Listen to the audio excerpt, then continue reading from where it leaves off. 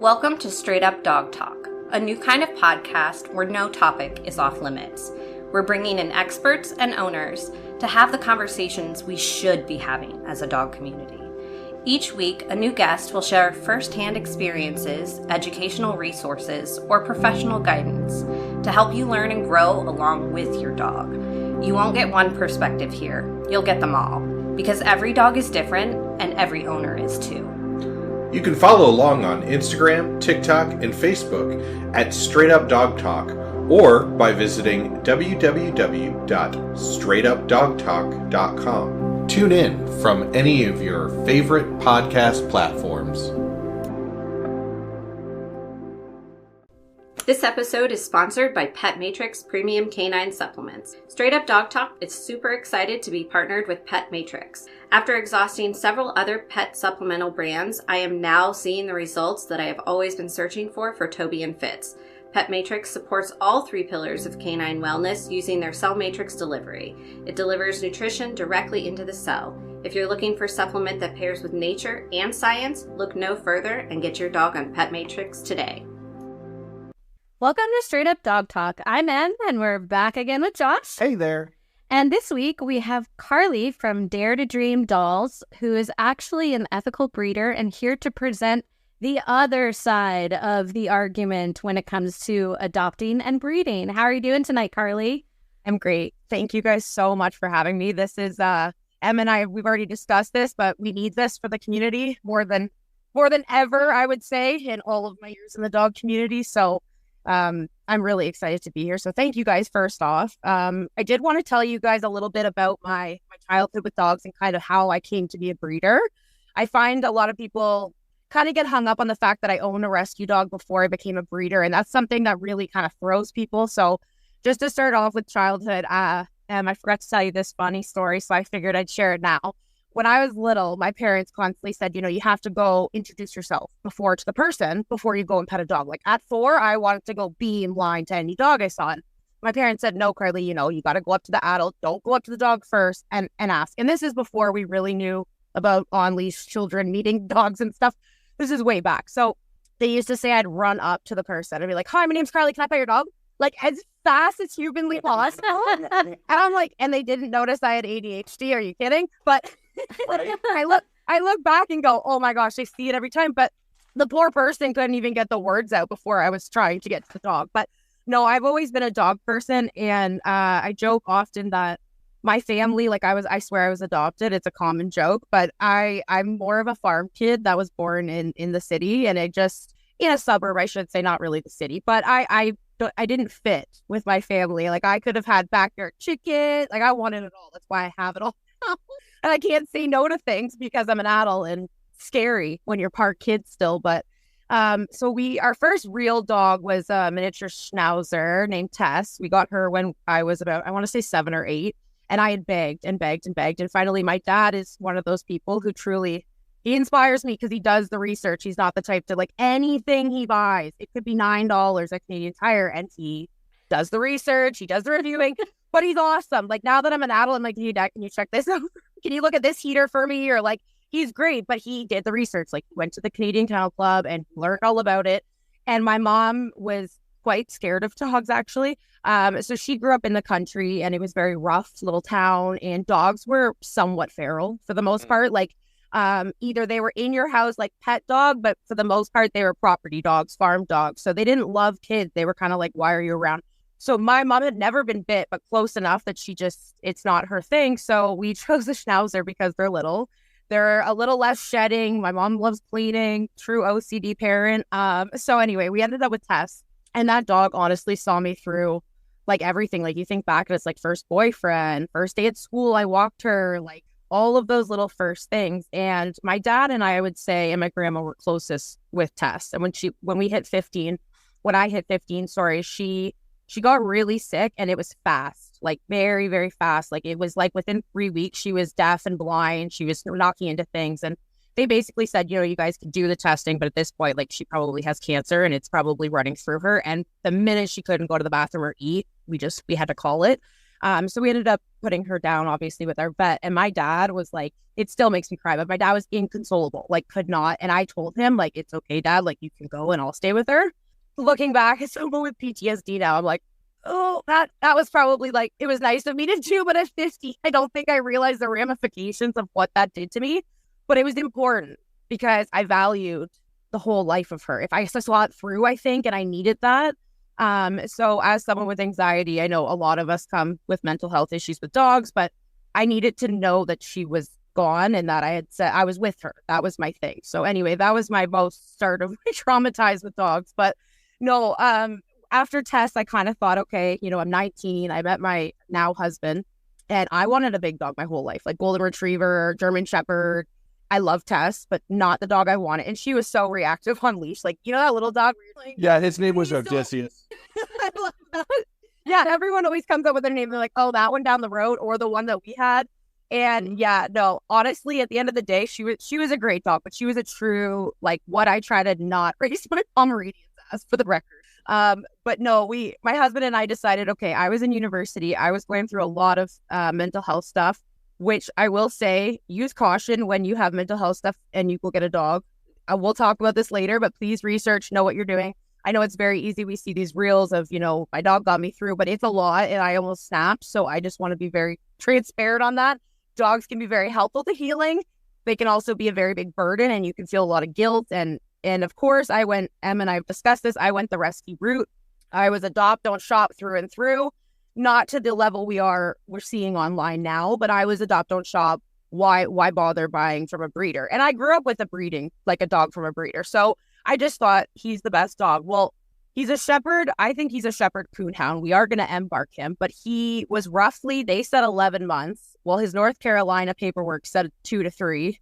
So it's like the minute they come in, they kind of scratch that out, which again, we'll get into later, but they scratched that out and put, okay, no, like 11 months sounds a little better, I think. So he was like a nutbag. Like there's no nice way to put it. He is a sponge shepherd. He's exactly what I needed at the time.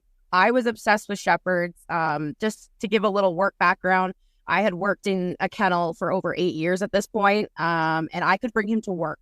So I must say I have a lot of bonus points in that my rescue could come and run at work with me and stuff. So he wasn't left in a crate all day.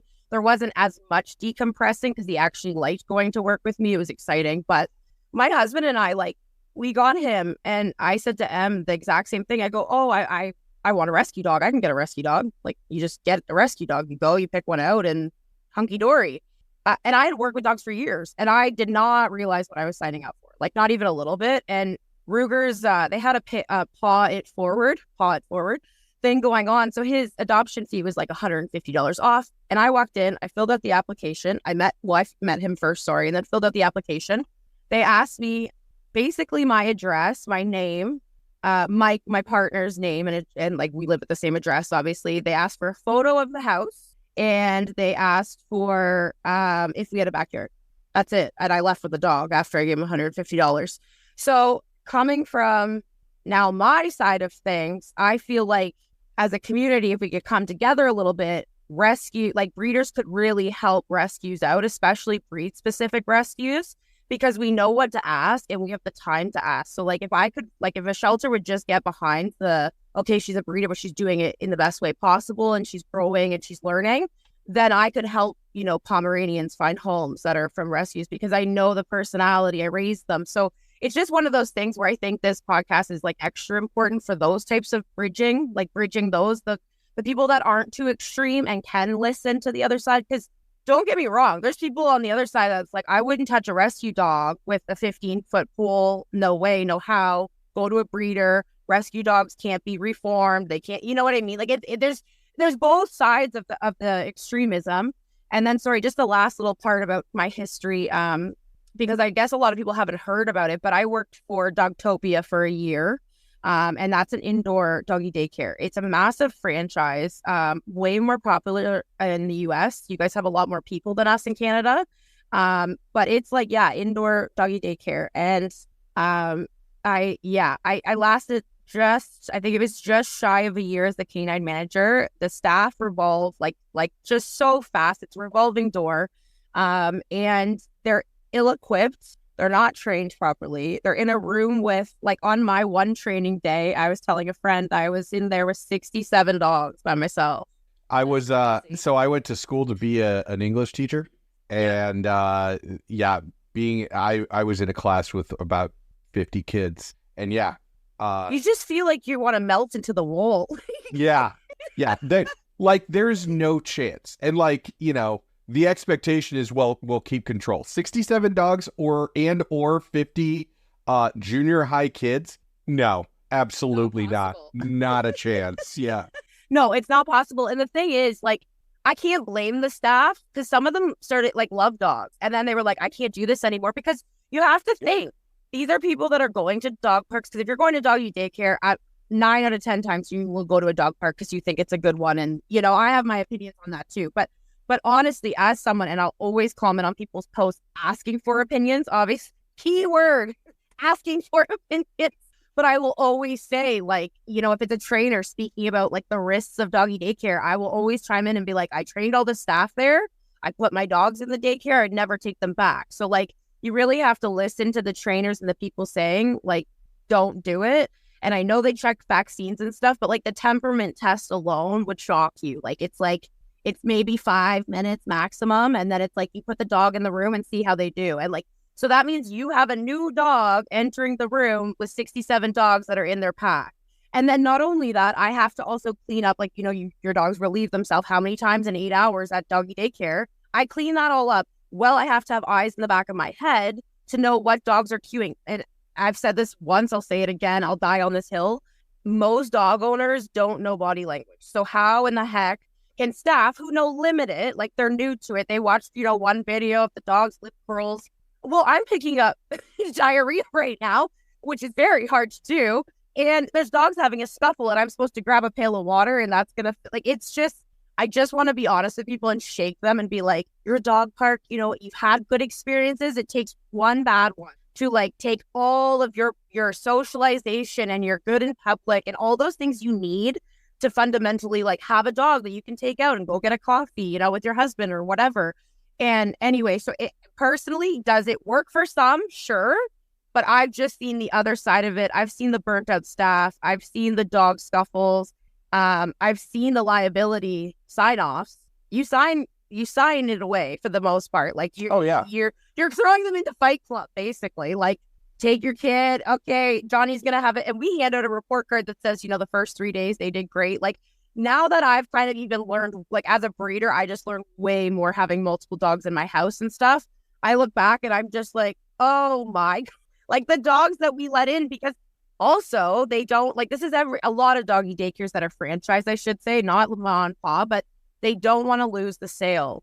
It's a package. It's a whole thing. They hand you a script and go, sell. And I'm the canine manager, so that's not my job. My job's to make sure, a dog's safe going in the room. Well, very quickly, like I said, I lasted 11 months and I was done because I was like, no, two of my staff landed in hospital for bites. So it's just one of those things where you got to say, I don't agree with it anymore. It's great if you want to use it, but it's on my application for my dogs. If you're applying for one of my dogs, do you plan to go to doggy daycare? And I'm not someone that goes, if they say yes, no, you're denied, but I'll have a very long chat with them about it and just say look, this is my experience, because anyway, it can be so dangerous. And I've had friends that swear by it. And I've said my piece and I leave it be because it's just one of those things. Anyway, so that's what really, that did me in for working for other people with dogs. That was my, and this is at the start of COVID too. So I was at my mental break. We had shut down for a month and I just said, I'm done. I can't take it anymore. I'm worried about my staff. I can't sleep. I'm working way past my 8-9 hour shift because then I go home and I'm trying to schedule me to be in the room with the dogs. Because again, it's Carly, can you come relieve me? Well, then I'm relieving those rooms, those 60, and I'm bouncing from room to room to room, which is okay because there was some level of balance, but one thing goes off and the whole room's different. So I just decided mental health wise, I was back. And then I actually got into bunnies first and I started bunny breeding. That lasted about a year and I loved it. I still have my retired bunnies now, but I knew it was kind of, and this might sound terrible, but I knew that if I could hopefully fall in love with bunnies and raise them and place them in good homes, do an application, do a phone interview, all that, that I could hopefully do dogs. My mom's biggest fear was I'll breed a litter and not be able to sell one puppy. And then I'll have, 10 Pomeranians in our house that aren't even breeding dogs. They're all from the same litter, which we know would be a nightmare, and don't do that. So I was like, no, I can't do that. But the bunnies went good. And then I told my husband, okay, can I do this? Basically. And like, God bless his soul, was like, yeah, I can see it. So I was doing kind of private nanny, which I've done some stuff with kids. And I started my business, and I just basically started getting my golden retriever first. And it was just boom, boom, boom. And I got very lucky with my Pomeranians. I ended up getting offered a pairing, and I just kind of put little messages to people in my area, if you're rehoming any adults. But like, one of my first experiences with breeding, and it was a show breeder, and she was lovely. She was the one that kind of originally had the pair. So I was kind of communicating with everybody just to get an idea about, like, personality wise, what do they like? What do they eat? And so she kind of said to me, they're fully health tested. And I was like, perfect. That's what I want. So then, like, a couple days passed and the dogs were doing great. They fitted with my pack, no problem. I'm like, okay, I'm going to start printing off their health certificates. So I go into, I can explain this more, but OFA, which is the Orthopedic Foundation for Animals. So that's where you can it's a database, and you can pull up any breeding dog, any show dog that has, it's called a CHIC. It's a CHIC number. And basically every dog has one. So say, Tater Tot, for example, his is, whatever 10 digits, you plug that in and it'll pull up every health testing he's had with any breeder. Like, it could be, he's been in 3 homes, it'll pull it up. So I'm sitting there and I like pour my coffee and I'm typing in their CHIC numbers and nothing comes up. So I'm like, current panic level 100. And I'm like, okay, I'm ADHD. I definitely typed it in wrong. Like, this is, you go through it 5 times where you're like, okay, it's definitely me, because it usually is. So they don't have any OFAs. So they're supposed to minimum have patellas, cardiac, and eyes. Those are the mandatory breed specific, which is another thing. Every single breed that's purebred is on there. So you can go and say, I'm interested in a Yorkie. What should the breeder have as mandatory? And then there's also optional, which a lot of new breeders like me start off with mandatory, and then we work our way up, adding in those extra testing. Just being honest, financially wise, it's just what we do. And I feel like mandatory is kind of in my opinion, bare minimum. Like, that's what you should have done. And I know other breeders don't do OFAs, which is a different topic. But anyway, I couldn't find them. So I started to panic, and I messaged the lady who had just sold, she just sold the dogs to me, and she was kind of the middleman, and she sold a litter, like, saying OFA register or OFA certified parents. And I'm like, no, they're not. No, they're not. I was like, you might have to message your families. Well, anyway, Em was laughing at me, but I said within like 24 hours, I was like, all right. And I got them scheduled. Like, it just happened to be the OFA clinic was running near us. My vet could do cardiac. It ended up working out just fine, and they did pass. But like, the anxiety of spending like over $6,000 on a pair of dogs, and like not knowing that, like, and finding out, and they had embark, I should say that. So anyway, I kind of started like gently drilling her with questions, because she had offered to mentor me. She's a show breeder. She's judged in shows. This isn't Continental. This is Canadian Kennel Club's on the same playing field as AKC, although I feel AKC is much higher. But she goes, yeah, I don't embark. And I said, and she's older, right? So I kind of explained why I want to embark. I find it kind of like the bare minimum. And she goes, there's not enough breed specific traits or markers for Pomeranians. Okay, so what about the 228 other factors and genetic predispositions they could have? No, not worth it. Okay, fine. So why don't you do OFAs on the dogs, like cardiac, eyes, and patella? She goes, because at this point, Pomeranians have inherent bad patellas. Like, it's very, very common. Toy breeds, toy poodles have the same thing. And she said, basically, it's not worth washing a dog that has like grade 2, maybe minor grade 3 patellas, because, that it has all the other qualities. And I'm like, okay, but you're selling to pet homes. Regardless if you're a show breeder, you still end up placing 95% of the dogs that aren't going to be your next and upcoming line that you want to show or that you see promise in. So that gave me a very big insight into registered dogs and just the downside of some of it. And I want to be very clear, and I say this to Em, I post it all the time on my page, more is more. When you are buying a dog, more is more. If it's a rescue, more history. Obviously, bite history, we need to know, where did the dog come from? Was it picked up as a stray, which a lot of them are, and I know you're not going to get it. Just ask for all the paperwork. And then if you're going to a breeder and you're spending like what I consider big bucks, it's big bucks to us and it's big bucks to raise them, you got to ask these things, because when people say health test it, there's no reason if, maybe older breeders not so savvy with internet, but 90% of breeders should have that on their website. There's no need to not. I don't want to go have to email like 10 people this certificate and that certificate. You just go to my website. I let you click like to OFA and I just give you the number. You just input it like you would if you were doing like Canada Post and you were getting your mail delivered and you want to see where your package was, kind of thing. Same thing.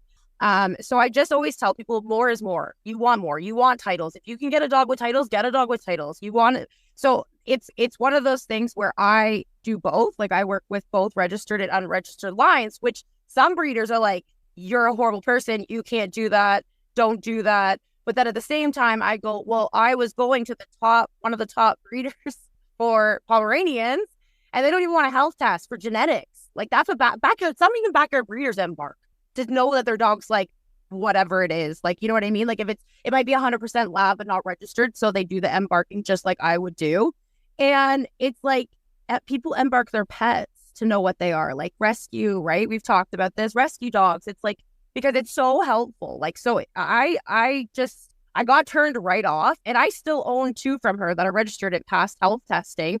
It just kind of made me think, what else are other breeders hiding behind that? Because if she's one of the well-known in Canada, a lot of her lines are mixed in with a lot of other lines. And it's like, what if I go spend another 8K on a dog or a pairing? And like Grand Champion Pomeranians run like 8K US. The ones coming from like, where is it? Is it South Korea, Thailand? There's a few other where they work like very exclusively with Poms. Like, I think I asked him, I nearly died. I asked this adorable white one and he didn't even have a perfect bite, which I wouldn't have bought anyway. 8K US. What? Yeah. To a breeding home, which for me, like I started 2 years ago. I've washed 3 dogs for my program already. So that's like roughly 5K plus another. So I've 7K right then and there. And I've sold 4 dogs and I made 11,000. Let's just make a quick definition check here, because wash can mean different things in different categories. So, like in service dog training, that means that the dog is not service capable. It's not service capable, right? So what does wash mean in the breeding industry? That's a good question. And keep asking me these because I say lingo and completely, you were like, what is OFA? I'm like, right, you don't know what that is.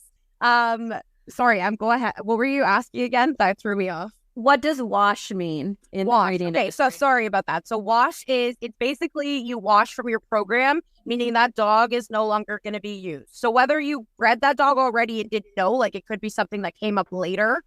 They could have an injury later in life, like where they're, I keep using patella, but like a knee issue. And then it's like, you're no longer going to use that stud, even though it's environmental. You wash the dog from your program. So that can mean a variety of things to different people. So for us, like we wash Spud from our program. He has a severe underbite. That's just not something I'm willing to breed. It's something other breeders would go, but he has all these other positives. But for me, it's already an issue with Poms. It's very common in Poms to have. So even the best 2 dogs paired can still have a bite issue, right? Because of the jaw and it's small, and I've read about it. So it's one of those things where you just have to decide what you're doing. So most people neuter or spay that dog like right after they decide to wash it, because you obviously don't want it accidentally. And like when you have as many dogs as I do, you have to be on management, because dogs pair like snap of the finger. Dogs are paired, like they can tie within seconds. So I constantly tell people, if you're washing a dog, get them spayed, neutered as soon as you can. It's just one less problem to work, like one less issue to go to one less dog to be open to pairing that you don't want to, basically. But yeah, and tie means that they're tie means bonding. They're not moving away from each other, and everything is going in and working. We'll put it that way. But yeah, and honestly, like I think of people that have oopsie litters, and I go like, are you not terrified? Like when Tilly and Tater tie, she screams. Like it is not a like great experience for them. I mean, and that's the truth of breeding, and people need to know that. Like, it obviously, what happens is it swells, right? And that's how it stays tied. So if she starts to move away, like I step in and I calm her down, and it's one of those things where people who absolutely despise breeding will be like, see, that's what dogs they do. Like that, it's like people that have kids. It's like we don't look at them and go like, oh my god, like you poor I do. soul. I mean, I do. I have none, so I do. We don't have kids either. But the three of us are like, no kids, dogs. No, but yeah, it's just one of these things. So sorry, yeah. So washing is basically, and then it's up to you. You rehome the dog. Some people do, some people don't. I'm on the fence with Spud, our little guy, because he was my first male. And I'm the type of person who just feels it's meant to be and the right person will come along. I've always been that way with my dogs, and I don't tend to stress. A lot of people get very stressed, if someone falls off their wait list, and I don't know if it's just how I am, but yeah, I'm just chill about situations like that. And I just know that, like, at the end of the day, if a dog doesn't sell, it's ours. Like, that's like, I don't understand when I hear about backyard, well, I do understand why they do it, but just dropping off puppies. Like, and we were saying about that situation where, we were getting into about the Amish mills because, and I'll give a little history on my dogs, because my first two dogs were, I love them, but they were nightmares. Like, Ruger was a rescue, and he was a lot for me. Like, even as someone who was around dog trainers and worked with him, like, he ran like at least, honestly, all in all, like 4 hours a day, like sprinting with other dogs, wrestling. Like, the average person working 9 to 5 would have had a really hard time keeping up with him. And then that's why we see the people that get pushed into it, because if social media, like Instagram, was as big 9 years ago as it was now, I would feel so bad. I would never breed. I would think it's like inhumane and I'm a terrible person and blah, blah.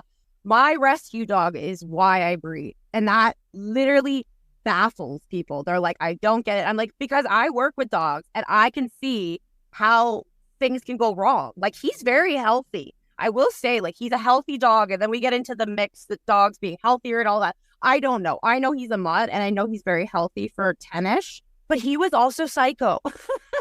Like, he was wired. Like, he would jump up and down that's why no one wanted to rescue him when they went in, because he'd be jumping up and down in his kennel like all day. So, like, he was a lot. Like, I genuinely think there was a family interested just before we got there. The girl was kind of like, no, like, we think it would work better with, like, because it's just Mike and I, right? And no kids, no small animal. Well, we had cats, but no, like, gerbils, nothing like that. And they basically said, like, kind of push him off onto those two. I emailed them over the last 9 years. I've never got a reply, ever. Like, that's just, like, the weirdest thing to me. And again, obviously, I have a bit of a skewed view, but I've done both. And I'm kind of like, it's just odd to me. I think they were so thankful I took them and never came back that they just didn't. Like, you'd think they'd be happy and say, like, how is he? But, like, I think they were scared to communicate, like, our door's not open for him. Like, he was a nutbag. Like, God bless him. I love him. But he was. And then this is I hate to tell it, but I tell it because it's educational and people need to know it. I got a puppy from what I would consider an Amish mill. Maybe not so much chill on the mill side on the amount of dogs, but the reproducing at a fast rate, back-to-back pregnancies, no breaks. Here's your dog, show up same day, give me cash. She's not 8 weeks, see you later. You're driving home and I'm like looking at her little vet thing. Rebel is Husky Shepherd. I think she was listed as Lab Shepherd. They don't know what she is. Lab Shepherd Cross is what they think she is. And I did meet Mom, and I did see who Dad could be, which I want to cover dual sires as well. Like, dogs can have multiple fathers. So siblings or puppy siblings can be like half siblings. And that's something people obviously same mother, different dads. And that's something people also don't know. So, like, Rebel could have come from purebred Husky down the road, which I doubt was purebred, but it simply can happen like that. Like, she's way smaller than her brothers. Like, and I thought maybe, so who knows? But anyway, she was the dog that I went on Kijiji and said, I want a dog right now. We can get a puppy. Ruger needs a friend. We'd moved away, which I should add. I was emotional. We had moved away from the kennel.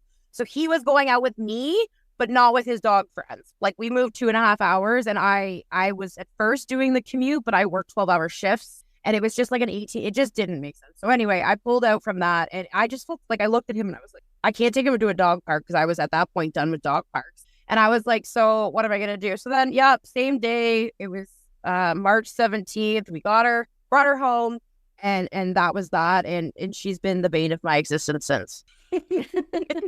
Like, love her, but... I want to go back for just a minute because we touched on the Amish thing here for a second, and you also touched on the dual siring. And I want to kind of just say, I want to go into a little bit of an explanation here because, like you said, a lot of people don't know about this. And as a vet tech, this is something that I've seen, happen multiple times. And I know as a breeder, you've seen it too. But the problem with these, like the Amish breeding and the backyard breeding and the puppy mill situations, and then they have, these litters of puppies and they're not paying attention to their pairings. This is when, we get these mixed litters of puppies and we have complications with pregnancies because we're breeding dogs that shouldn't be bred. The female should always be smaller, or I'm sorry, mess that up. The female should always be bigger than the male. The male should be the smaller of the two dogs because when a female dog gets pregnant, she needs to have a body that's big enough to carry the puppies. And if the male dog is bigger than the female dog, the puppies will most likely be too big for the female to carry them safely. This can cause problems with her pregnancy. This can cause problems with her giving birth. This can lead to C-sections. This can lead to, self-aborting and all kinds of things like that. So it's really, really, really important that you know what you're doing when you're breeding because there are all of these little intricacies that can happen. And yes, a female dog can carry more than one litter at a time produced by two different fathers. Cats can do it too. But it's rabbits as well. Yeah. It's something, that it's not a human thing. We don't do that, but dogs can do it. And so you might be going into a breeding situation and being told, oh yeah, it's a golden retriever, but 6 months later, this thing does not look like a purebred golden retriever. It kind of looks like maybe it has some shepherd or something else in it. It's because they weren't watching their pairings and you got it from somebody who was not a responsible breeder. And those are things that are really, really important to note here. So why don't you talk a little bit about what you do specifically with your clients and your contracts? Because I want people to understand what they should be looking for when they go into a healthy breeding situation. Yep. So first off, I always use kind of the slogan, your breeder should be wanting to know as much about you as you are them. So if you have a breeder, you think you're talking to I'm just going to start off with the scams right away. If you think you're talking to a breeder and they say to you, basically, I can get it here within this time frame for shipping, but you need to send a $500 deposit and let me know when you sent it, bow out right then and there, because I guarantee this person doesn't even own dogs and they're probably not selling puppies. That's the first thing I want to say. But my process, I basically try to make it idiot proof and impulsive proof. Because the biggest issue I see going on right now is, and Jerry talks about this a lot, is impulsive buying and rescuing. There is a huge issue with people just going, oh, I saw this online, I want it now. That's the society we live in. I want it now. How many times have you stood in line for your coffee being like, oh, I'm going to murder everyone in front of me. Let me get my coffee. But it's natural because it's what we're used to. We're used to sell immediate gratification. And that's the first thing that I want to know too with people. If they're wanting to jump to the next breeder who has puppies sooner, I get a kind of a whiff of that right away. So it starts off super simple. I don't do a lot of communicating with people until they put in an application. On my Instagram, for example, I have an FA or a question and answer, which I'll send them immediately. If I have someone that's interested, I send them that. I send them apply here, and I send them my website. And I basically say this is you figuring out if I seem right for you beyond the cute picture you just saw. Because the reality is my Poms are cute. They're very cute. They're great dogs, but you don't know anything about me. And the reality is, and I think this is where people get disconnected. And we were talking with this, people think that it's all how you raise them. It's all how you raise them. And the reality is, you just said it. The dog could have a different dad than another dad. And that genetic makeup between a Malinois and something else could be so different. And you have no idea what you're getting into. So my first thing I ask for is application. And my application is pretty thorough. I honestly think it only takes people 15, 20 minutes, but I basically say like, this is me kind of interviewing you. So like, if you're planning on spending, $3,000, $2,500 on a dog, like, tell me more about you. And it goes over like, who's in the home, allergies, what do you do for work? Once they get the application filled out, then I ask to do a call with them. So what often happens is we'll set up a call that works best for them. And even if I typically do 2 calls if they have kids. I always tell people it's really hard.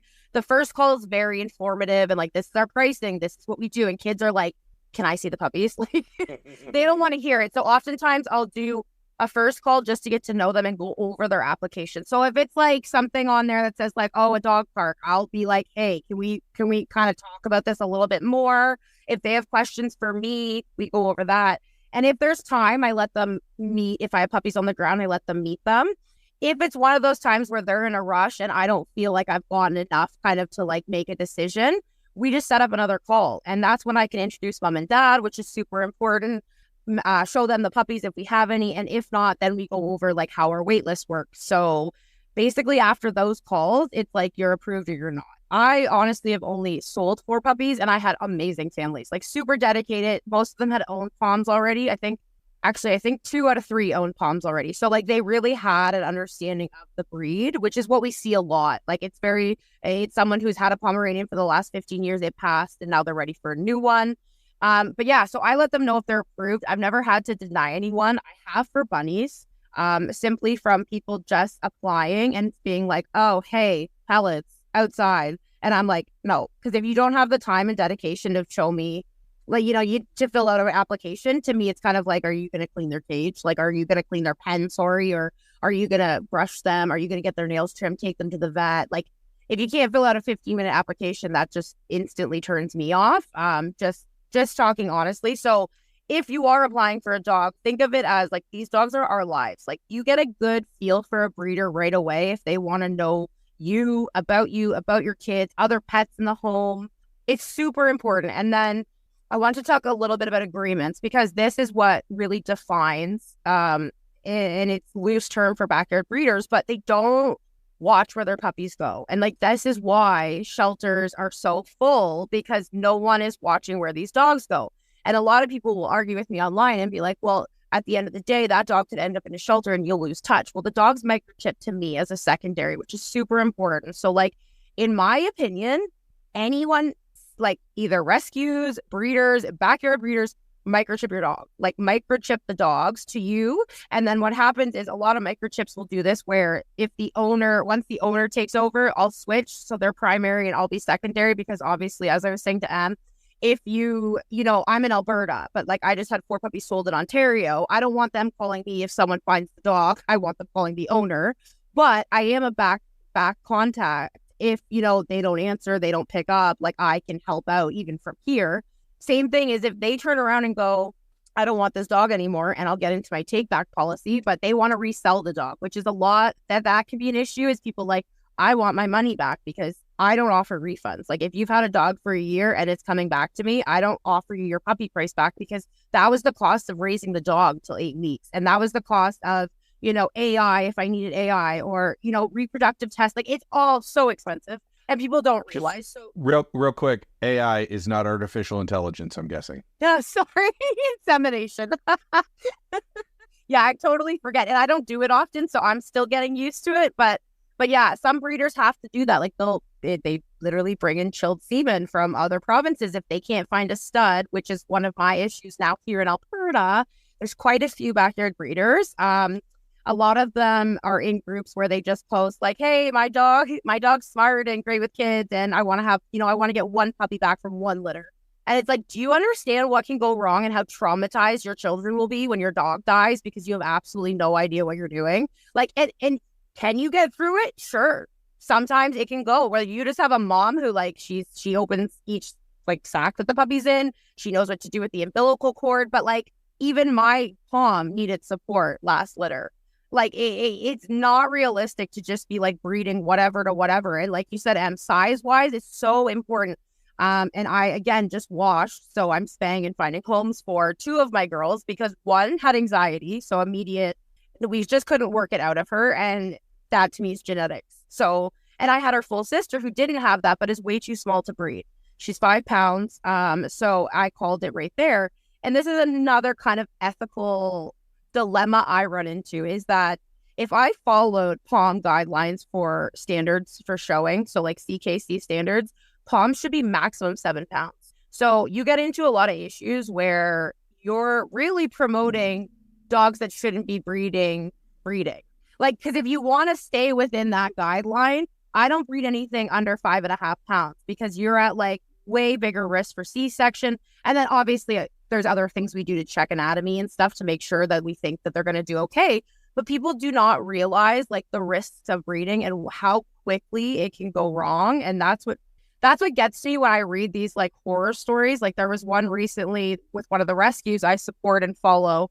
It was a Frenchie, and they said they bought the dog pregnant and didn't know, which I don't know how. She was in labor within 24 hours. So I don't know how a Frenchie can't walk when they're that pregnant. Like they can't move.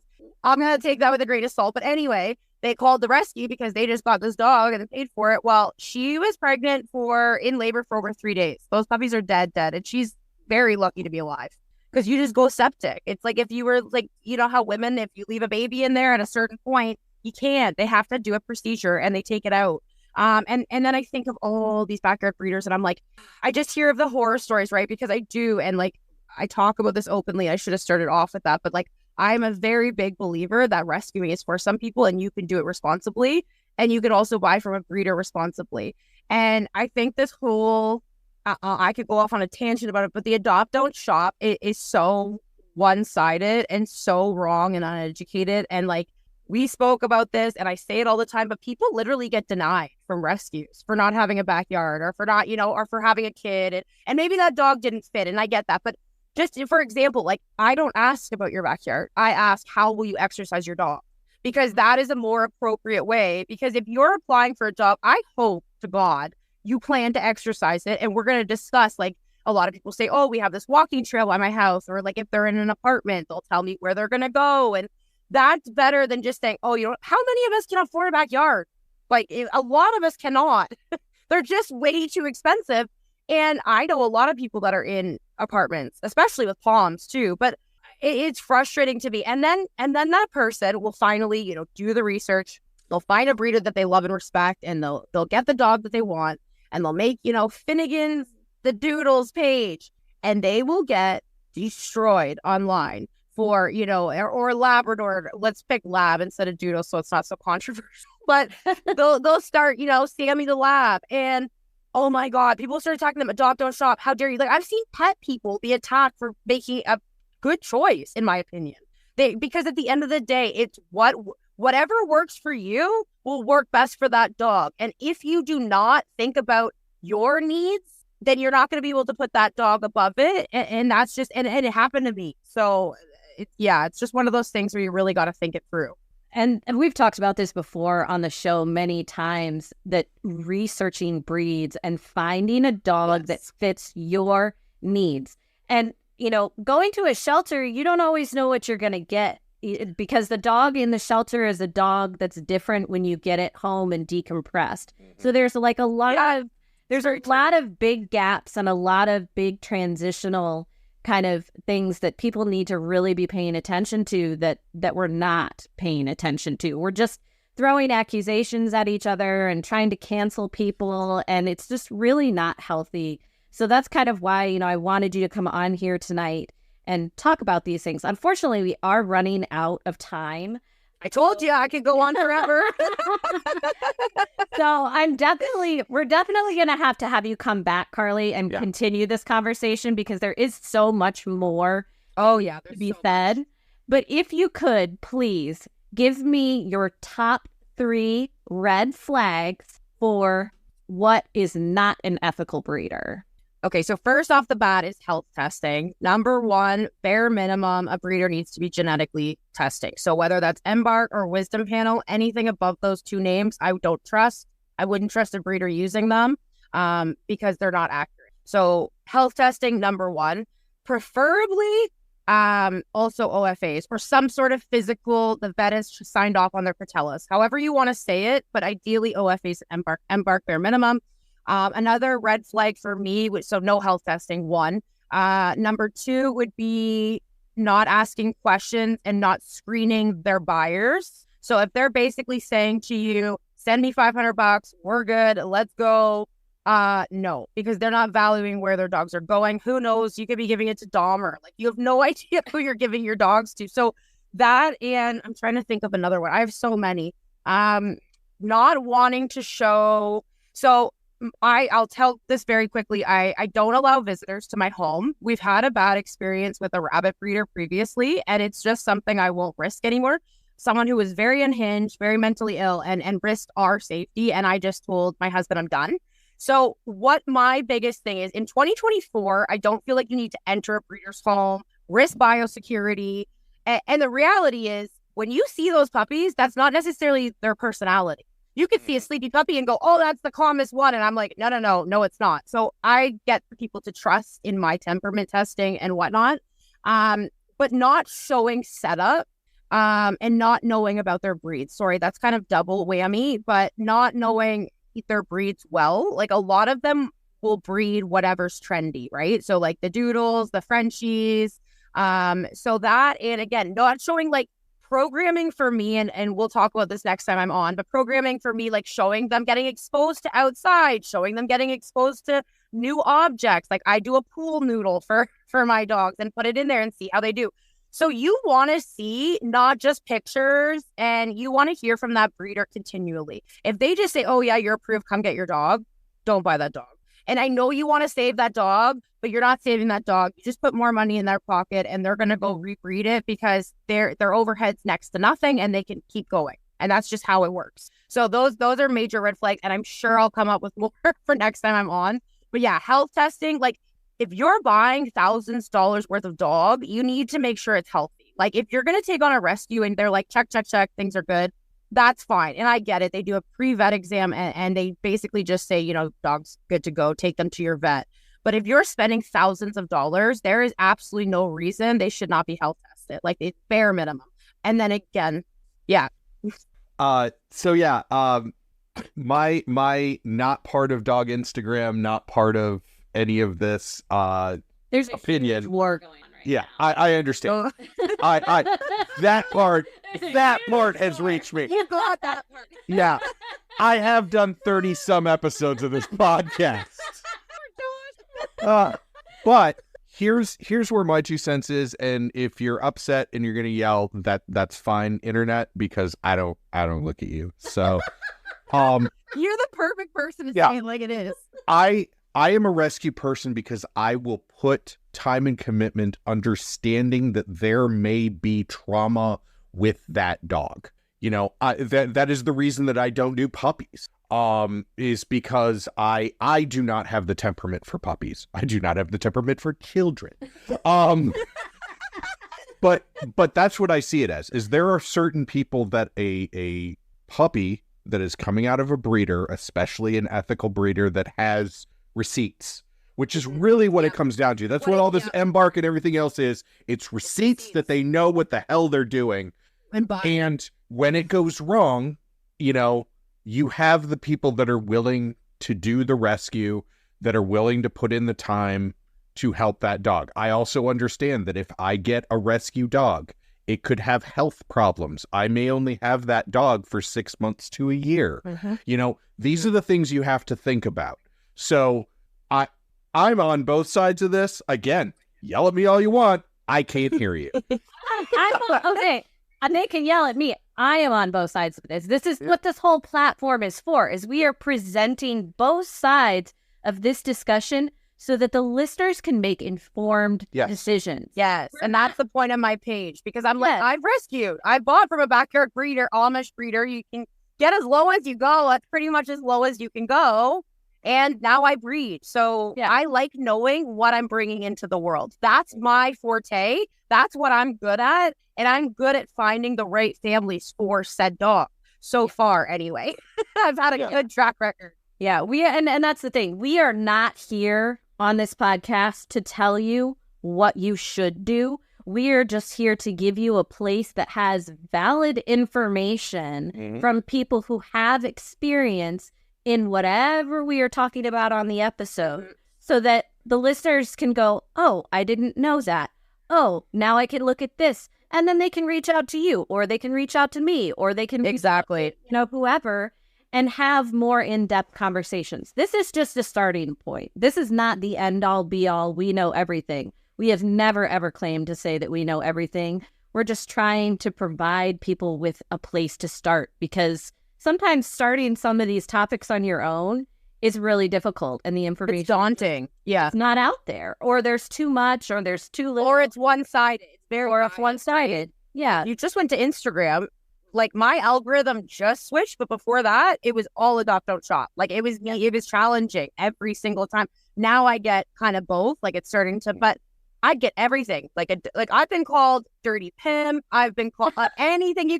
I was called dirty pimp before producing a puppy. I was like, I wanted to make a reel with a faux fake, like, cane and coat, and I couldn't find one, because I definitely went to the Value Village to look for one. It would have been great. Just look for the future Dirty Pimp Straight Up Dog Talk shirts coming to you. Worldwide. Carly's face, like, right? Carly special. Oh my gosh. Well, we are going to wrap it up for this episode of Straight Up Dog Talk. But Carly, we are definitely going to have you back. Absolutely. Thank you so much. Thank you guys so much. And I hope you guys learned something tonight on this episode of Straight Up Dog Talk, and we will see you next week. Straight Up Dog Talk was created by Emily Breslin. It is edited, produced, and co-hosted by Josh Wasta under the supervision of Straight Up Dog Talk, LLC, and Emily Breslin. If you're enjoying this podcast, follow or subscribe to be sure you don't miss an episode, and leave us a review on your favorite platform. Looking for more honest and relatable dog content? Check out our sister show, Unpacked, with Jerry Sheriff and Madison Simpson. Thanks for listening to Straight Up Dog Talk. See you next week.